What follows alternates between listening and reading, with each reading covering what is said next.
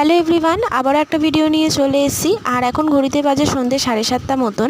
আর আমি এখন থেকে ভিডিওটা অন করলাম। আমি আর বড়মশাই একটু বেরোবো, কোথায় যাচ্ছি সেটা তোমাদেরকে একটু পরে বলছি। তোমরা ভিডিওটা দেখতে থাকো, আশা করছি তোমাদের ভালো লাগবে। এই যে দেখো, আমি ফটাফট করে রেডি হয়ে গেছি। আর খুব একটা বেশি সাজগোজ করিনি, কারণ বাইরে প্রচণ্ড গরম ছিল।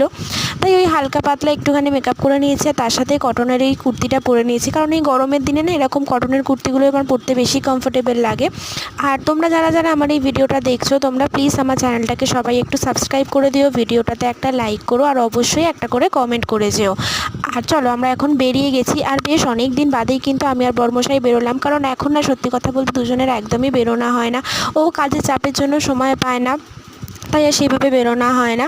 আর ও আগে চলে গেছে বাইকটা বার করতে, আর আমি তারপরে বেরিয়েছি। আর এখানে একটুখানি ওয়েট করছিলাম ও বাইকটা নিয়ে আসবে বলে।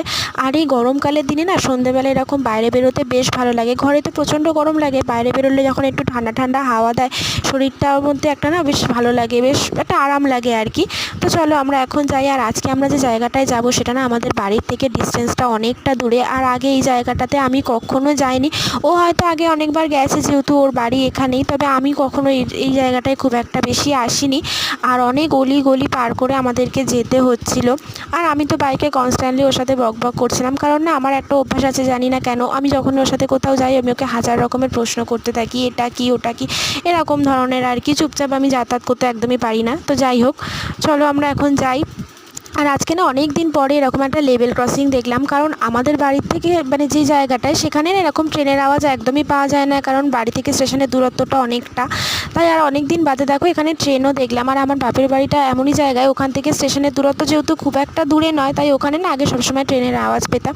তো যাই হোক, লেভেল ক্রসিং পার করে আবারও আমরা এরকম অলিগলির মধ্যে দিয়ে যাওয়া শুরু করলাম। আর সত্যি কথা বলতে এটা অনেকটা দূরে।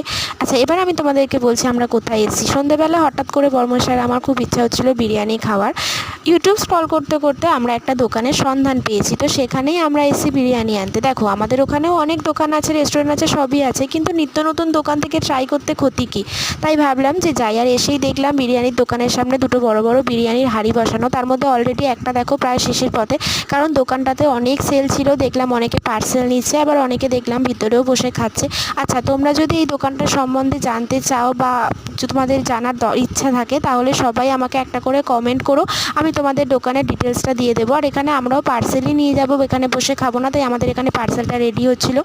তারপরে বাড়িতে এসে এখন প্লেটে সব কিছু সাজিয়ে নিয়েছি। নিয়ে এসেছিলাম চিকেন বিরিয়ানি, আর তার সাথে নিয়েছিলাম চিকেন চাপ, আর ওখানেই ওরা স্যালাড দিয়ে দিয়েছিলো। আর সত্যি কথা বলতে না বিরিয়ানিটা ভীষণ ভালো খেতে ছিল, তার সাথে চিকেন চাপটাও দারুণ খেতে ছিল। তো যাই হোক, আমার ভিডিওটা আজকে এই পর্যন্তই। তোমাদের কেমন লাগলো সবাই